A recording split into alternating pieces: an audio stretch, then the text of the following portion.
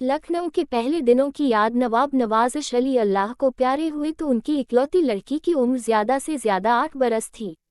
एक हरे जिस्म की, बड़ी दुबली पतली, नाजुक पतले पतले नक्शों वाली गुड़िया सी। नाम उसका फरखंडा था। उसको अपने वालिद की मौत का दुख हुआ, मगर उम्र ऐसी थी कि बहुत जल्द भूल गई।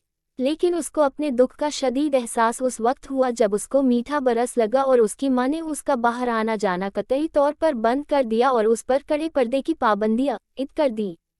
उसको अब हर वक्त घर की चार दीवारी में रहना पड़ता। उसका कोई भाई था न बहन।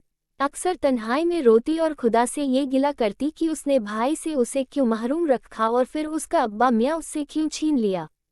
माँ से उसको मोहब्बत थी, मगर हर वक्त उसके पास बैठी वो कोई तस्कीन महसूस नहीं करती थी।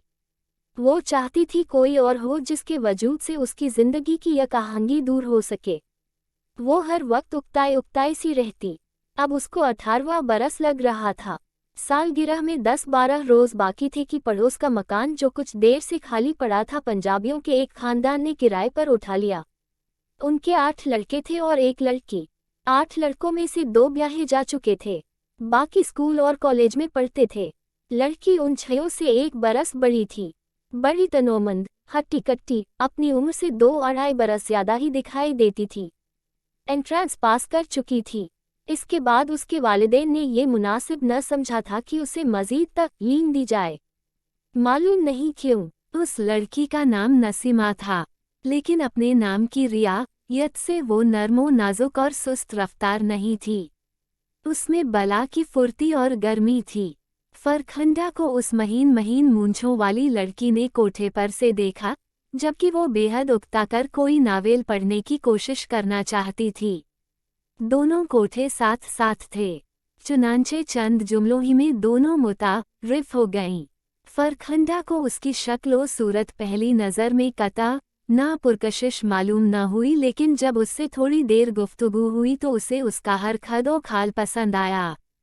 मोटे मोटे नक्शों वाली थी, जैसे कोई जवान लड़का है जिसकी मसें भीग रही हैं। बड़ी सेहतमंद, भरे भरे हाथ पांव, कुशादा सीना मगर उभारों से बहुत हद तक खाली। फरखंडा को उसके बालाई लब पर महीन महीन बालों का गुबार खास तौर पर बहुत पसंद आया। चुनांचे उनमें फौरन दोस्ती हो गई। नसीमा ने उसके हाथ में किताब देखी तो पूछा, ये नॉवेल कैसा है? फरखंडा ने कहा, बड़ा जलील किस्म का है, ऐसे ही मिल गया था। मैं तन्हाई से घबरा गई थी, सोचा कि चंद सफ़े पढ़ लूं। नसीमा ने ये नॉवेल फरखंडा से लिया। वाकई बड़ा घटिया सा था, मगर उसने रात को बहुत देर जाग कर पढ़ा। सुबह नौकर के हाथ फरखंडा को वापस भेज दिया। वो अभी तक तन्हाई महसूस कर रही थी और कोई काम नहीं था, इसलिए उसने सोचा कि चलो चंद औराक देख लूं। किताब खोली तो उसमें से एक रुक्का निकला जो उसके नाम था। ये नसीमा का लिखा हुआ था। उसे पढ़ते हुए फरखंडा के तन बदन में कपकपियां दौड़ती रहीं। फौरन कोठे पर गई। नसीमा ने उससे कहा था कि अगर वो उसे बुलाना चाहे तो ईंट जो मुंडेर से उखड़ी हुई थी जोर जोर से किसी और ईंट के साथ बजा दिया करे, वो फौरन आ जाएगी। फरखंडा ने ईंट बजाई तो नसीमा सचमुच 1 मिनट में कोठे पर आ गई। शायद वो अपने रुक्के के जवाब का इंतजार कर रही थी। आते ही वो 4-4.5 फुट की मुंडेर पर मर्दाना अंदाज में चढ़ी और दूसरी तरफ कूदकर फरखंडा से लिपट गई और चट से उसके होंठों का तवील बोसा ले लिया। फरखंडा बहुत खुश हुई। देर तक दोनों घुल मिल के बातें करती रहीं। नसीमा अब उसे और ज्यादा खूबसूरत दिखाई दी। उसकी हर अदा जो मर्दाना तर्ज की थी इसे बेहद पसंद आई और वहीं फैसला हो गया कि वो तादम आखिर सहेलियां बनी रहेंगी। सालगिरह का दिन आया तो फरखंडा ने अपनी माँ से इजाज़त तलब की कि वो अपनी हमसाई को जो उसकी सहेली बन चुकी है बुला सकती है। उसने अपने ठेठ लखनवी अंदाज में कहा, कोई मजायका नहीं, बुला लो, लेकिन वो मुझे पसंद नहीं। मैंने देखा है लौंडों की तरह कुदकड़े लगाती रहती है। फरखंडा ने वकालत की, नहीं अम्मी जान, वो तो बहुत अच्छी है। जब मिलती है बड़े अखलाक से पेश आती है। नवाब साहिब की बेगम ने कहा, होगा, मगर भाई मुझे तो ऐसा मालूम होता है कि उसमें लड़कियों की कोई नज़ाकत नहीं। लेकिन तुम इसरार करती हो तो बुला लो, लेकिन उससे ज्यादा रबत नहीं होना चाहिए। फरखंडा अपनी माँ के पास तख्त पर बैठ गई और उसके हाथ से सरोता लेकर छालियाँ काटने लगी। लेकिन अम्मी जान, हम दोनों तो कसम खा चुकी हैं कि सारी उम्र सहेलियाँ रहेंगी। इंसान को अपने वादे से कभी फिरना नहीं चाहिए। बेगम साहिबा उसूल की पक्की थी, इसलिए उन्होंने कोई तराज न किया और सिर्फ ये कहकर खामोश हो गईं, तुम जानो मुझे कुछ मालूम नहीं। सालगिरह के दिन नसीमा आई। उसकी कमीज धारीदार पोपलीन की थी, चुस्त पायजामा जिसमें से उसकी मजबूत पिंडलियां अपनी तमाम मजबूती दिखा रही थीं। फरखंडा को वो इस लिबास में बहुत प्यारी लगी, चुनांचे उसने अपनी तमाम निस्वानी नज़ाकतों के साथ उसका इस्तकबाल किया और उससे चंद नाज नखरे भी किए। मिसाल के तौर पर जब मेज़ पर चाय आई तो उसने खुद बनाकर नसीमा को पेश की। उसने कहा, मैं नहीं पीती, तो फरखंडा रोने लगी। बिस्कुट अपने दांतों से तोड़ा तो उसको मजबूर किया कि वो इसका बकाया हिस्सा खाए। समोसा मुंह में रखा तो उससे कहा कि वो आधा उसके मुंह के साथ मुंह लगाकर खाए। एक आध मर्तबा मामूली मामूली बातों पर लड़ाई होते होते रह गई, मगर फरखंडा खुश थी। वो चाहती थी कि नसीमा हर रोज आए, वो उससे चुहल करे और ऐसी नरमो नाजुक लड़ाइयाँ होती रहें जिनसे उसकी ठहरे पानी ऐसी जिंदगी में चंद लहरें पैदा होती रहें। लहरें पैदा होना शुरू हो गईं और उनमें फरखंडा और नसीमा दोनों लहराने लगीं। अब फरखंडा ने भी अपनी अम्मी से इजाज़त लेकर नसीमा के घर जाना शुरू कर दिया। दोनों उस कमरे में जो नसीमा का था दरवाजे बंद करके घंटों बैठी रहतीं। जाने क्या बातें करती थीं। उनकी मोहब्बत इतनी शिद्दत इख्तियार कर गई कि फरखंडा जब कोई चीज़ खरीदती तो नसीमा का ज़रूर ख्याल रखती। उसकी अम्मी इसके खिलाफ थी। चूंकि इकलौती थी इसलिए वो उसे रंजीदा नहीं करना चाहती थी। दौलत काफ़ी थी इसलिए क्या फ़र्क पड़ता था कि एक के बजाय 2 कमीज़ों के लिए कपड़ा खरीद लिया जाए। फरखंडा की 10 शलवारों के लिए सफ़ेद साटन ली तो नसीमा के लिए 5 शलवारों के लिए लट्ठा ले लिया जाए। नसीमा को रेशमी मलबूस पसंद नहीं थे, उसको सूती कपड़े पहनने की आदत थी। वो फरखंडा से ये तमाम चीज़ें लेती मगर शुक्रिया अदा करने की ज़रूरत महसूस न करती, सिर्फ मुस्कुरा देती और ये तोहफे तहाइफ वसूल करके फरखंडा को अपनी बाहों की मजबूत गिरफ्त में भींच लेती और उससे कहती, मेरे माँ बाप गरीब हैं, अगर न होते तो मैं तुम्हारे खूबसूरत बालों में हर रोज़ अपने हाथों से सोने की कंघी करती, तुम्हारी सैंडलें चांदी की होतीं, तुम्हारे गुस्ल के लिए मुँह अतर पानी होता, तुम्हारी बाहों में मेरी बाहें होती और हम जन्नत की तमाम मंजिलें तय करके दोज़ख के दहाने तक पहुंच जाते। मालूम नहीं वो जन्नत से जहन्नम तक क्यों पहुंचना चाहती थी। वो जब भी फिरदौस का जिक्र करती तो दोज़ख का जिक्र ज़रूर आता। फरखंडा को शुरू में थोड़ी सी हैरत उसके ललिक ज़रूर हुई मगर बाद में जब वो नसीमा से घुल मिल गई तो उसने महसूस किया कि उन दोनों में कोई ज़्यादा फ़र्क नहीं। सर्दी से निकल अगर आदमी गर्मी में जाए तो उसे हर लिहाज से राहत मिलती है और फरखंडा को ये हासिल होती थी।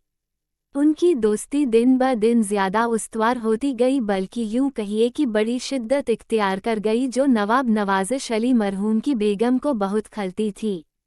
बाज़ औक़ात वो ये महसूस करती कि नसीमा उसकी मौत है, लेकिन ये एहसास उसको बावकार मालूम न होता।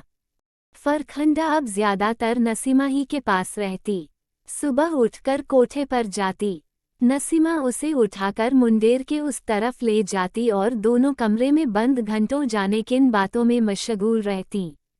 फरखंडा की 2 सहेलियां और भी थीं, बड़ी मुर्दार किस्म की, यूपी की रहने वाली थीं, जिस्म छिछड़ा सा, 2 पल्ली टोपियां सी मालूम होती थीं। फूंक मोरो तो उड़ जाएं। नसीमा से तारुफ होने से पहले ये दोनों उसकी जान और जिगर थीं मगर अब फरखंडा को उनसे कोई लगाव नहीं रहा था। बल्कि चाहती थी कि वो न आया करें, इसलिए कि उनमें कोई जान नहीं थी। नसीमा के मुकाबले में वो नन्ही नन्ही चूहियां थीं जो कुतरना भी नहीं जानतीं। एक बार उसे मजबूरन अपनी मां के साथ कराची जाना पड़ा, वो भी फौरी तौर पर। नसीमा घर में मौजूद नहीं थी, इसका फरखंडा को बहुत अफसोस हुआ। चुनांचे कराची पहुंचते ही उसने उसको एक तवील माज़रतनामा लिखा। इससे पहले वो तार भेज चुकी थी। उसने खत में सारे हालात दर्ज कर दिए और लिखा कि तुम्हारे बगैर मेरी जिंदगी यहाँ बेकैफ है। काश तुम भी मेरे साथ आती। उसकी वालिदा को कराची में बहुत काम थे, मगर उसने उसे कुछ भी न करने दिया। दिन में कम अज कम 100 मरतबा कहती, मैं उदास हो गई हूँ। ये भी कोई शहरों में शहर है। यहाँ का पानी पीकर मेरा हाजमा खराब हो गया है। अपना काम जल्दी खत्म कीजिए और चलिए लाहौर। नवाब नवाजिश अली की बेगम ने सारे काम अधूरे छोड़े और वापस चलने पर रजामंद हो गई।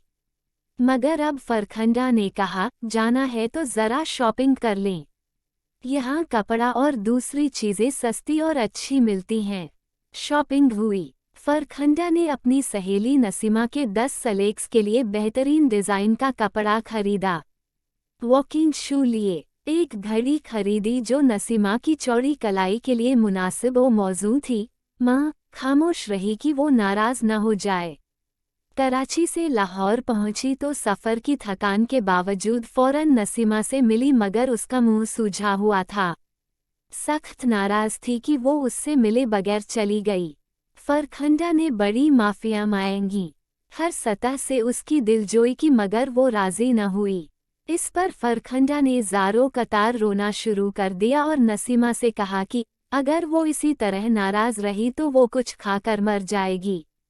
इसका फौरी असर हुआ और नसीमा ने उसको अपने मजबूत बाजुओं में समेट लिया और उसको चूमने पुचकारने लगी। देर तक दोनों सहेलियां कमरा बंद करके बैठी प्यार मोहब्बत की बातें करती रहीं। उस दिन के बाद उनकी दोस्ती और ज़्यादा मजबूत हो गई। मगर फरखंडा की मां ने महसूस किया कि उसकी इकलौती बेटी की सेहत दिन ब दिन खराब हो रही है। चुनांचे उसने उसका घर से निकलना बंद कर दिया। इसका नतीजा ये हुआ कि फरखंडा पर हिस्टेरिया ऐसे दौरे पड़ने लगे। बेगम साहिबा ने अपनी जान पहचान वाली औरतों से मशवरा किया तो उन्होंने ये अंदेशा जाहिर किया कि लड़की को आसेब हो गया है। दूसरे लफ्ज़ों में कोई जिन इस पर आशिक है जो इसको नहीं छोड़ता। चुनांचे फ़ौरन टोने टोटके किए गए, झाड़ फूंक करने वाले बुलाए गए। तावीज़ गंदे हुए मगर बेसुध। फरखंडा की हालत दिन ब दिन गैर होती गई। कुछ समझ में नहीं आता था क्या रिज़ा क्या है। दिन ब दिन दुबली हो रही थी। कभी घंटों खामोश रहती, कभी ज़ोर ज़ोर से चिल्लाना शुरू कर देती और अपनी सहेली नसीमा को याद करके पहरों आंसू बहाती। उसकी माँ जो ज़्यादा ज़ईफ़ तिकाद नहीं थी। अपनी जान पहचान की औरतों की इस बात पर यकीन हुआ कि लड़की पर कोई जिन आशिक है, इसलिए कि फरखंडा इश्क व मोहब्बत की बहुत ज़्यादा बातें करती थी और बड़े ठंडे ठंडे सांस भरती थी। एक मर्तबा फिर कोशिश की गई। बड़ी दूर दूर से झाड़ने वाले बुलाए गए, दवा दारू भी किया, मगर कोई फ़ायदा न हुआ। फरखंडा बार बार इल्तिजा करती कि उसकी सहेली नसीमा को बुलाया जाए, मगर उसकी माँ टालती रही। आखिर एक रोज़ फरखंडा की हालत बहुत बिगड़ गई। घर में कोई भी नहीं था। उसकी वालिदा जो कभी बाहर नहीं निकली थी, बुर्का उड़कर एक हमसाई के यहाँ गई और उससे कहा कि कुछ करे। दोनों भागम भाग फरखंडा के कमरे में पहुंची, मगर वो मौजूद नहीं थी। नवाब नवाजिश अली मरहूम की बेगम ने चीखना चिल्लाना और दीवानावार फरखंडा बेटी कहकर पुकारना शुरू कर दिया। सारा घर छान मारा, मगर वो न मिली। इस पर वो अपने बाल नोचने लगी। हमसाई ने उसके हाथ पकड़ लिए, मगर वो बराबर वावेला करती रही। फरखंडा नींद दीवानगी के आलम में ऊपर कोठे पर खड़ी थी। उसने मुंडेर की उखड़ी हुई ईंट उठाई और जोर जोर से उसे दूसरी ईंट के साथ बजाया। कोई न आया। उसने फिर ईंट को दूसरी ईंट के साथ टकराया।